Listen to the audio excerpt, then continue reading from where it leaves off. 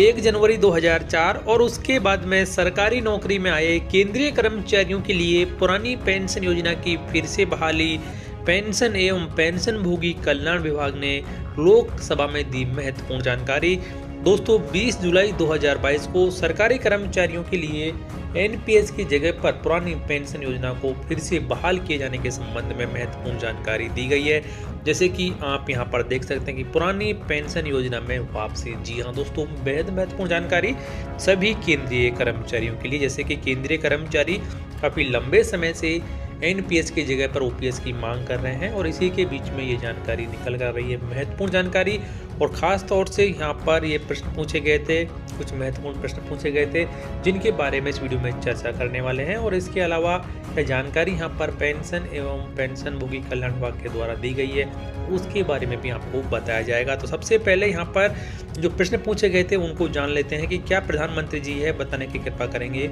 कि क्या उच्चतम न्यायालय ने SLP संख्या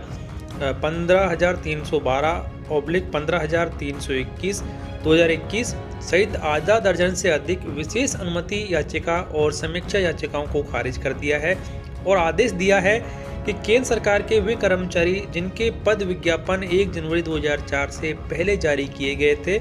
और जिनकी ज्वाइनिंग व परिणाम 31 दिसंबर 2003 के बाद घोषित हुआ है, उन्हें पुरानी पेंशन योजना में शामिल किया जाए। दूसरा प्रश्न था, यदि हाँ तो ऐसे सभी निर्णयों के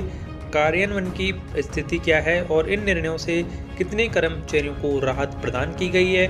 तीसरा सवाल यहाँ पर था कि इस संबंध में वित्तीय सेवा विभाग और विधि विभाग से प्राप्त टिप्पणियों का ब्यौरा क्या है और सरकार द्वारा समतुल्य रूप से पद स्थापित कर्मचारियों को इसमें शामिल करने के लिए प्राप्त टिप्पणियों के आलोक में इस हेतु सामान्य कार्यकारी आदेश जारी करने के लिए की जा रही कार्रवाई का ब्यौरा क्या है। और यहाँ पर अगला प्रश्न था कि यदि नहीं तो क्या जिन मामलों का अंतिम निर्णय हो चुका है उनमें भी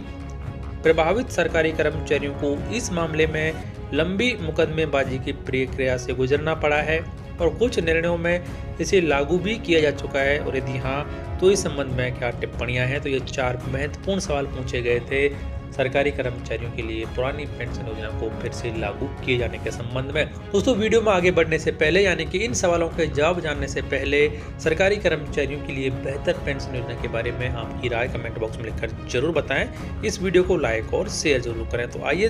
जान लेते हैं कि क्या जवाब दिए गए यहाँ पर। तो कार्मिक लोक शिकायत और पेंशन मंत्रालय तथा प्रधानमंत्री कार्यालय में राज्य मंत्री डॉक्टर जितेंद्र सिंह के द्वारा जवाब दिए गए हैं, जो कि इस प्रकार हैं। यहाँ पर सबसे पहले जो दो सवाल हैं उनके जवाब इस प्रकार दिए गए हैं कि माननीय उच्चतम न्यायालय ने उन सरकारी कर्मचारियों को जिनकी चयन प्रक्रिया 1 जनवरी 2004 के बाद पूरी हुई थी,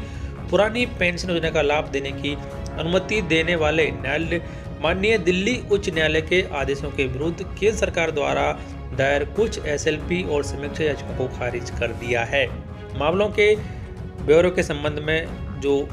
अनुबंध के यहाँ पर संलग्न है यानी कि केंद्र सरकार की जो मांग थी उसे सुप्रीम कोर्ट ने खारिज कर दिया है।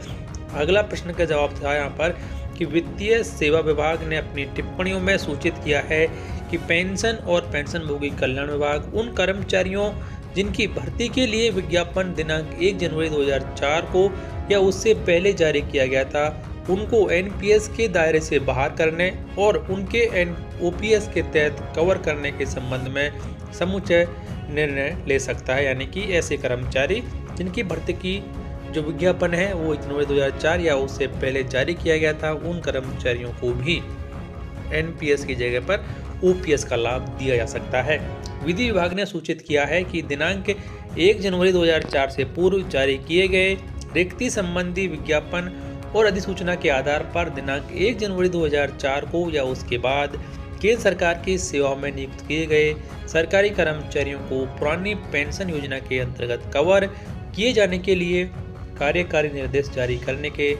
प्रशासनिक निर्णय से संबंधित मुद्दे की इस विभाग में जांच की गई है और उसे सही पाया गया है। तो इस तरीके से ऐसे कर्मचारी जिनके की भर्ती के विज्ञापन 1 जनवरी 2004 से पहले जारी हो चुके थे, उनको पुरानी पेंशन योजना का लाभ दिया जाएगा और इसमें किसी प्रकार की कोई कानूनी अड़चन भी नहीं है। और उसके बाद में ये कहा गया है कि फिलहाल इस संबंध में सामान्य आदेश जारी करने का कोई निर्णय नहीं लिया गया है। हालांकि जिन कर्मचारियों ने केस दायर किया था उनको पुरानी पेंशन योजना का लाभ मिल चुका है और किसी को मिलने वाला है।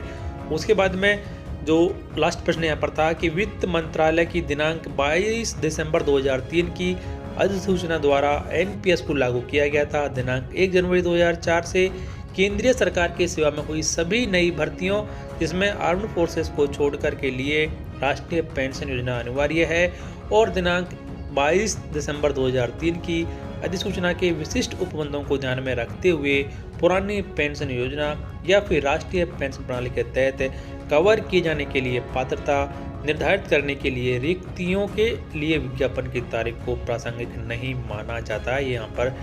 कहा गया है कि जो अधिसूचना जारी की गई थी कि सरकार के द्वारा उसमें ऐसा नहीं माना है, लेकिन माननीय सुप्रीम कोर्ट के द्वारा जो फैसला दिया गया है उस फैसले के अनुसार 1 जनवरी 2004 से पहले जितनी भी भर्तियों के लिए विज्ञापन जारी हो चुके हैं और उनके परिणाम बाद में हैं उन कर्मचारियों को भी एनपीएस की जगह पर ओपीएस का लाभ दिया जाएगा और उसको दिया जा चुका है। इसके अलावा यहाँ पर सुप्रीम कोर्ट के फैसले के अनुसार जितने कर्मचारियों को ओपीएस का लाभ दिया गया है उनकी लिस्ट भी यहाँ पर दी गई है कि एसएलपी समीक्षा याचिकाओं को खारिज करने के पश्चात निर्णयों के कार्यान्वयन की जो स्थिति है वो इस प्रकार है। काफ़ी सारे मामले यहाँ पर हैं कि आप देख सकते हैं कि ओवरऑल यहाँ पर जब देखेंगे तो ये 22 ऐसे मामले हैं जिनमें फैसला दिया जा चुका है और जो कर्मचारी हैं उनको लाभ भी यहाँ पर दे दिया गया है।